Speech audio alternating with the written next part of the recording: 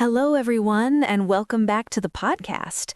This is episode 6, and today we have a story about betrayal, deception, and a very unexpected twist. With me today is someone who went through an incredibly complicated divorce. Thank you for being here. Thanks for having me. I wish the story I'm about to tell was fiction, but it isn't. That sounds intense already. Where does it begin?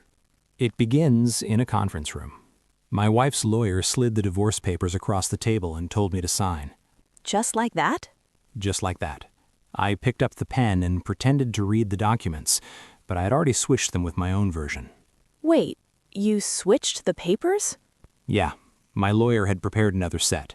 Same formatting, same number of pages, same font, but completely different terms. Wow, so everyone in that room thought you were about to lose everything? Exactly. My wife, Amanda, was sitting next to her lawyer with her arms crossed. She looked bored, like the whole thing was just paperwork. That must have been hard to watch. It was, especially because I knew she had spent the last 6 months planning to take everything from me. 6 months? Yeah. Her lawyer asked if I had any questions. His name was Felipe Costa. Expensive suit, artificial tan, the kind of guy who charges thousands per hour just to smile while ruining your life. That sounds like someone very confident. Oh, he was. And Amanda, too. I told them I had no questions. I just said I wanted to get it over with. But you already knew the truth at that point, right? Yeah. 3 weeks earlier, I had found a burner phone in Amanda's gym bag. A burner phone? Curious. Hidden under a towel that still smelled like the expensive perfume she had recently started wearing. The messages on that phone went back 5 months. Let me guess, they weren't just about the divorce. Not even close. Amanda and Felipe weren't just planning my divorce. They were sleeping together. Oh, wow. The messages were detailed, graphic, honestly disgusting. That must have been devastating to read. It was worse than that. In the messages, she called me a paycheck with legs. That's cruel. And Felipe called me a duck, basically someone easy to trick. And right there in those texts was their entire plan. What kind of plan? Papers that would give her the house, both cars, my retirement accounts, and 70% of my software consulting business. 70%? Yeah, I would end up with debt in a 1-bedroom apartment. That's unbelievable. And the worst part, she was accusing me of being abusive. What? Emotional abuse, manipulation. She even claimed she feared for my safety. Were any of those accusations true? Not a single one. But Felipe had trained her well. What do you mean? She had fake diaries describing years of psychological abuse, text messages she had sent to herself from another phone pretending to be me, even a voice recording edited from different conversations to make me sound threatening. That's extremely calculated. Yeah. They had built an entire legal case while secretly having an affair in hotels that I was paying for.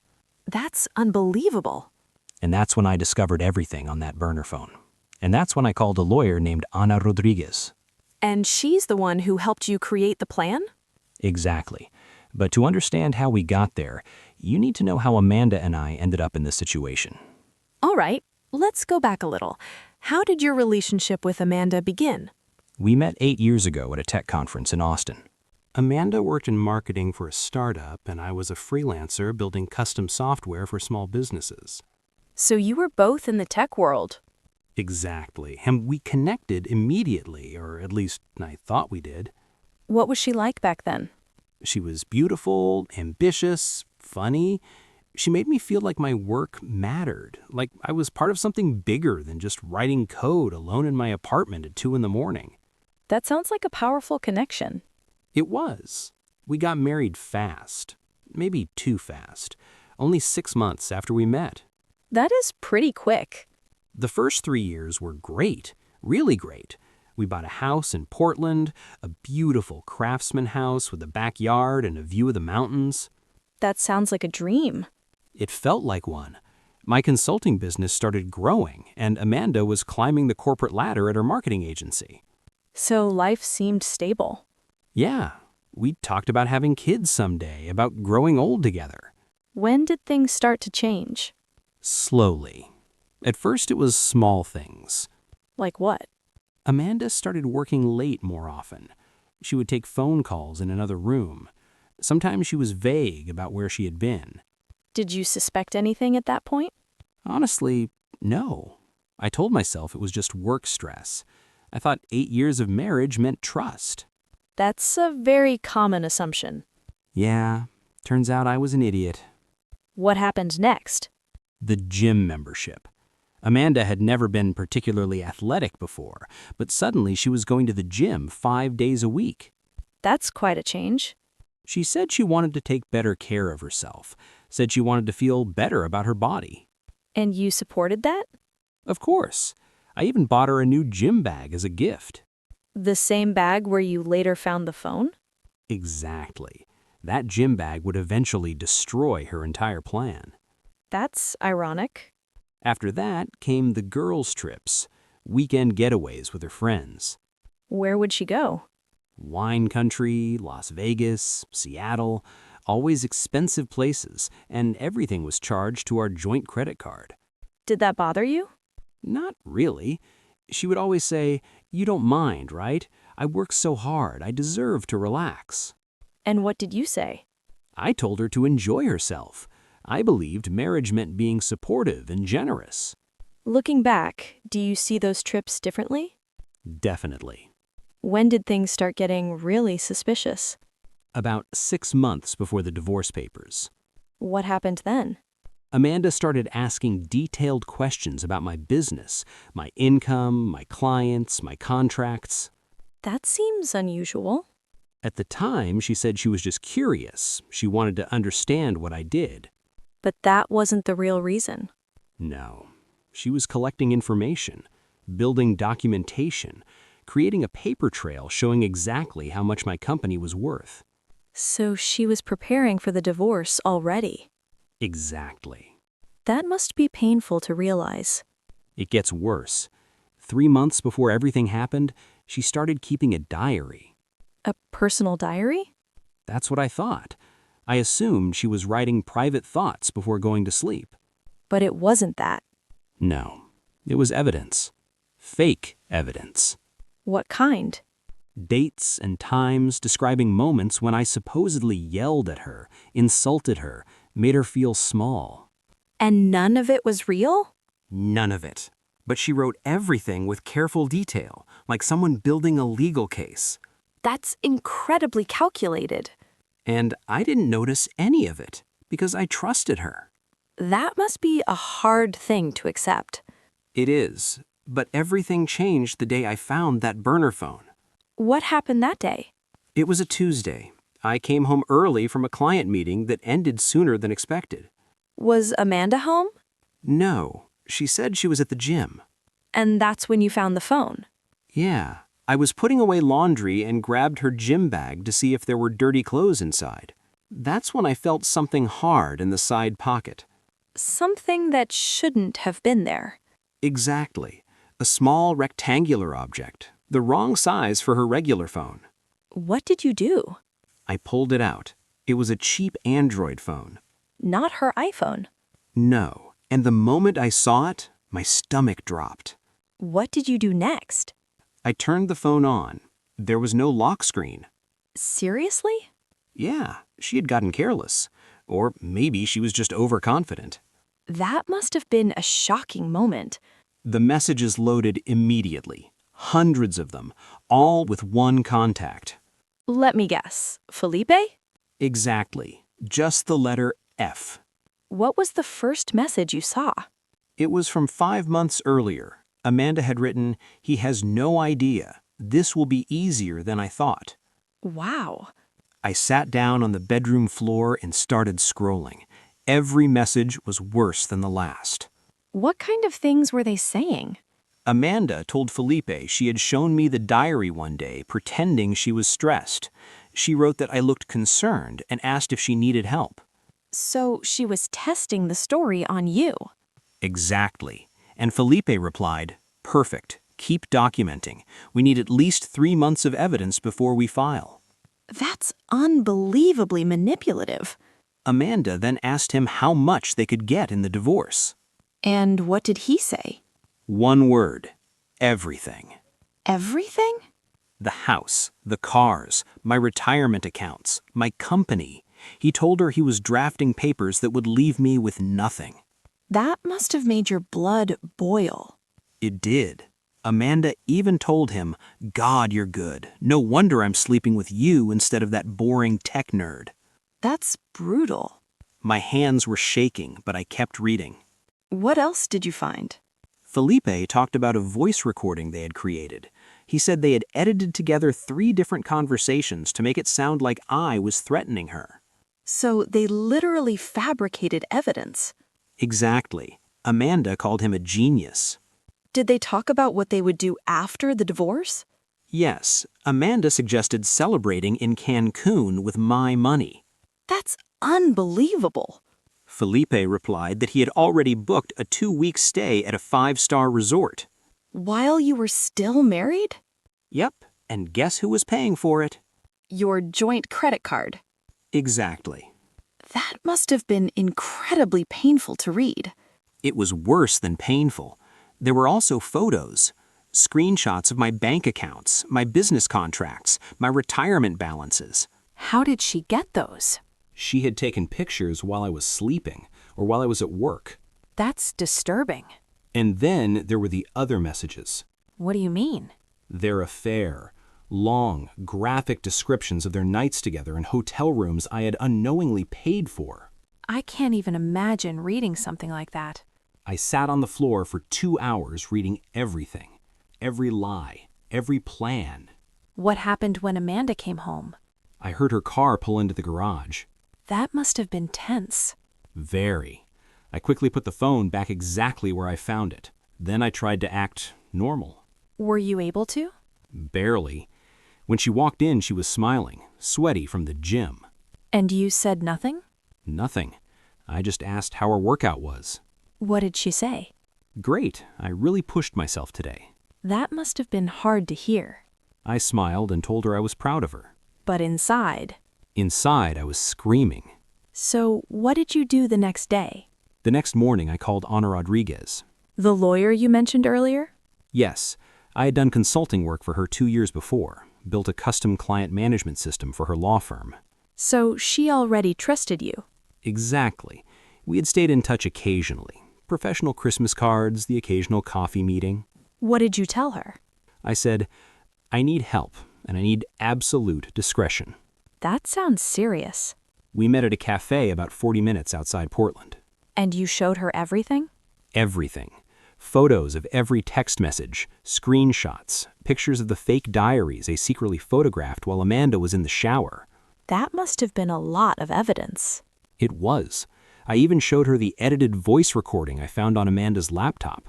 How did Anna react? She listened quietly the entire time, completely professional. And when you finished? She leaned back in her chair and said something I'll never forget. What did she say? She said, "This is one of the most comprehensive fraud schemes I've seen in 20 years. Wow. She said Felipe should lose his license and Amanda could face criminal charges.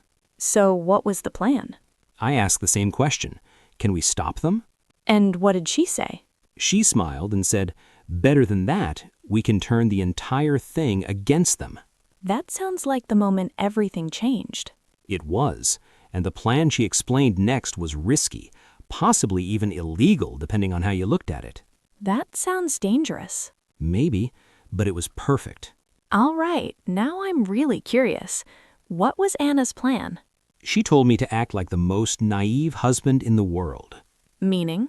I had to pretend I believed everything. I had to let Amanda file the divorce, let Felipe serve the papers, let them think they were winning. That must have been extremely difficult. It was torture. But Anna said it was the only way the plan would work. And what exactly was the plan? When they finally slid the divorce papers across the table for me to sign, I would switch them. Switch them with what? With another set of papers that Anna would prepare. Let me guess, they looked identical. Exactly. Same formatting, same page count, same font. But completely different terms? Completely. What did your version say? In Anna's version, Amanda got nothing. Nothing? no house, no cars, no share of my business, no retirement money. That's a huge reversal. And it got even better. In that version, Amanda would have to pay me alimony. Seriously? $3,500 per month for 5 years. Wow. Plus all legal expenses and compensation for the fraud. That's incredible. And then came the most important part. Which was? A confession. A confession? Yes. A sworn statement where Amanda admitted she fabricated the abuse accusations. That's huge. The document also said she created fake diaries, fake messages, and manipulated audio recordings. And what about Felipe? The confession also stated that she had been in a secret sexual relationship with her lawyer. Which creates a serious conflict of interest. Exactly. And the document also said she understood criminal charges could result from her actions. There's no way she would willingly sign that. That's exactly what I told Anna. What did Anna say? She smiled and said something very simple. What? She won't read it. You're serious? Completely serious. Anna said people almost never read documents they believe they already understand. Especially if they're confident they're winning. Exactly. So what happened during those 3 weeks before the meeting? I played the role. I acted stressed, defeated, like I knew I had already lost. Did Amanda believe it? Completely. She filed for divorce on a Wednesday. How did you receive the papers? A guy showed up at my office to serve them. He actually looked a little apologetic. Were the papers exactly what you expected? Yes, everything Felipe and Amanda had planned. The house, the cars, your business? All of it. And the abuse accusations were included too. Written in detail? Pages of incidents that never happened. That must have been infuriating. It was. But I didn't react. I called Anna and told her they had filed. And what did Anna say? Good. Now we wait. Just wait? Yes. She told me not to confront Amanda, not to argue, just act defeated. That must have been the hardest part. The hardest 3 weeks of my life. What was Amanda doing during that time? She moved into the guest bedroom, said it was for her safety. Wow. She also started walking around the house labeling things she wanted. Labeling? My grandmother's china, a painting I inherited from my father, even the coffee machine I bought before we met. That's unbelievable. She said she was making a list for the settlement. She really thought she had already won. Completely. Did you ever talk to Felipe during this time? Once. He called me. What did he say? He pretended it was a polite conversation.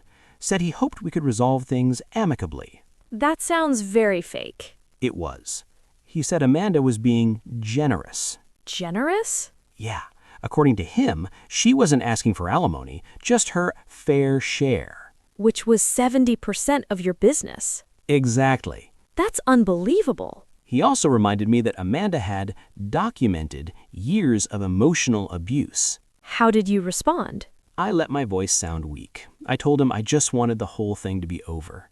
So he believed you were broken.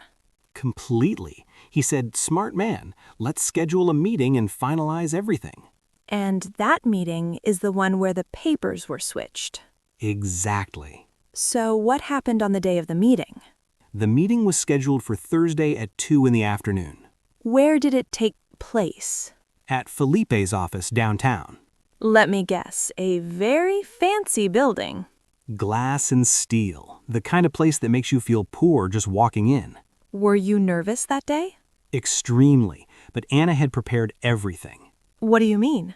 That morning, when the receptionist briefly took Felipe's folder to make copies, Anna slipped our version underneath the original documents. Wait, the switch was already done before the meeting started? Exactly. So when Felipe handed you the folder... I already had control of the situation. That's incredible. All I had to do was sell the performance. And that's where the real test began. Exactly. So you walked into the meeting already knowing the trap was set. Exactly. Amanda arrived about 10 minutes early. I watched her from the parking lot. What was she doing? She was wearing the dress I had bought for her birthday. Wow, that must have felt like a twist of the knife. It did. I walked in exactly at 2 o'clock. And Anna was already there?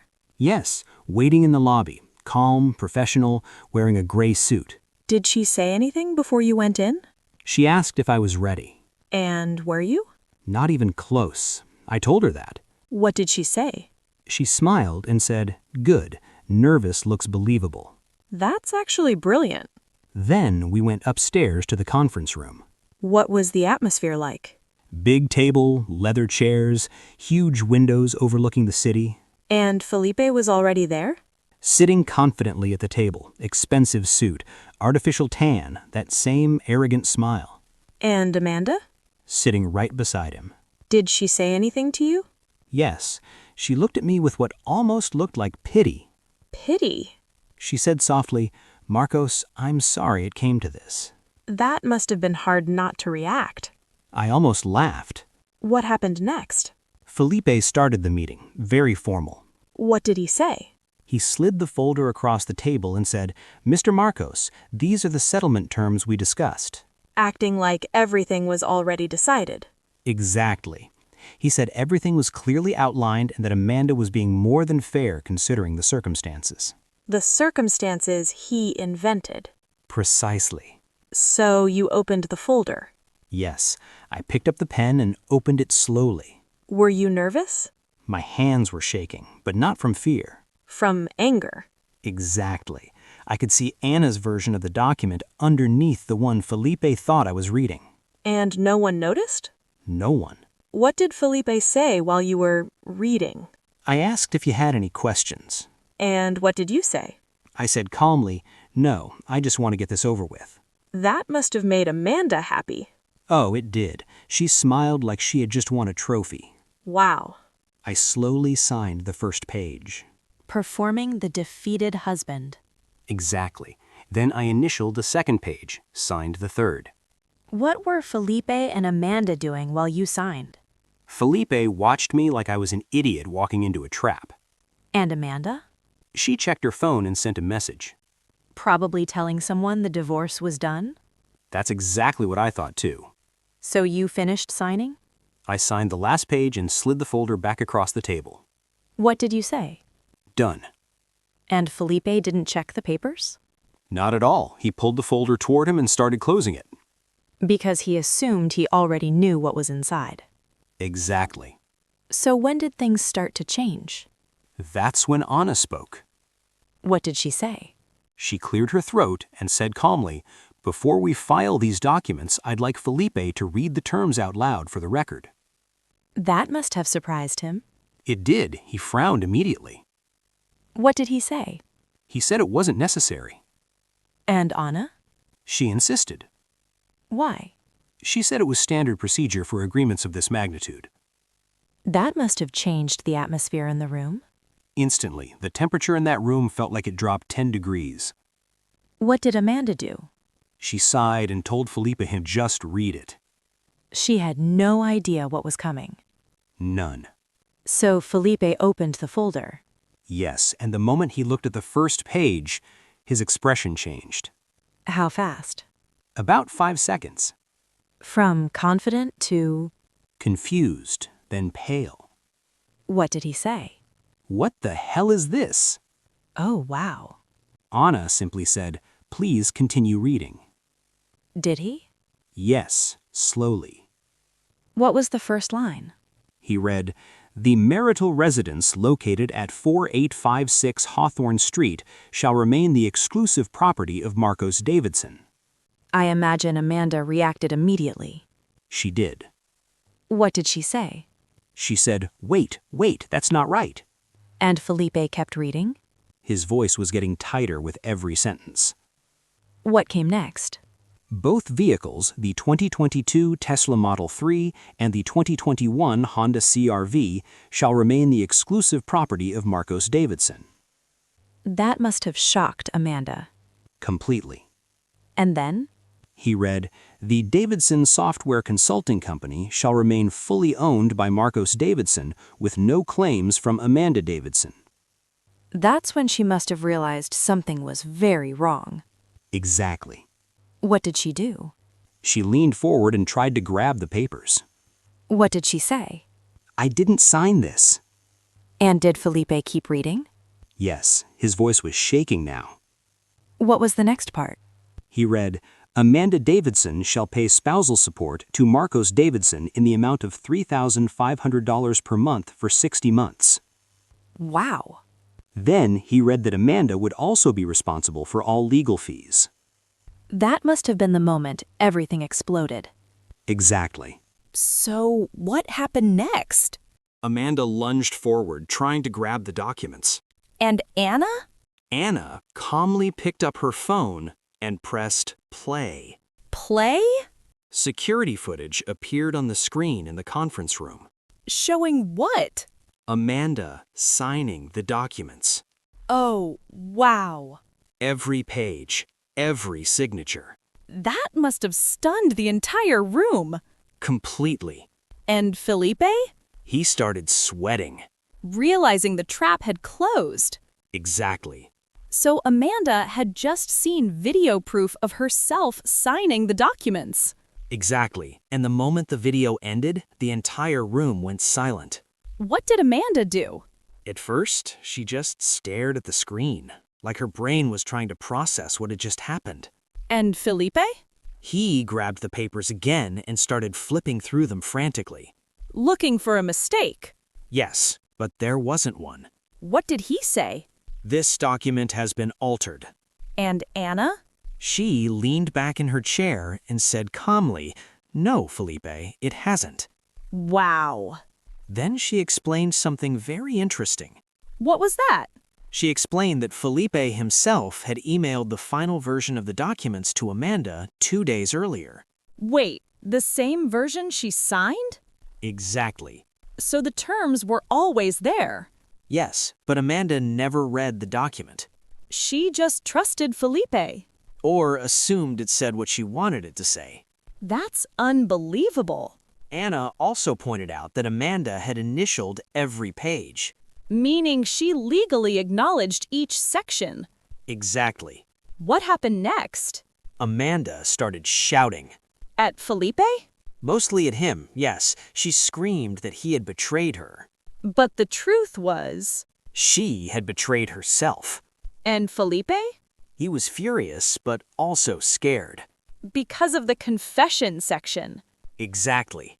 Did he read that part out loud? Eventually. What happened when he reached it? His voice dropped to almost a whisper. What did it say? It stated that Amanda admitted the abuse accusations were fabricated. That alone could destroy her credibility. Completely. And then? Then it described the fake diaries, the edited messages, and the manipulated recordings. That's devastating. But the last part was the worst. The relationship with Felipe? Exactly. The document confirmed they had been involved romantically while he was acting as her lawyer. That's a massive ethical violation. It could end his entire legal career. What did Amanda do when she heard that part? She started crying.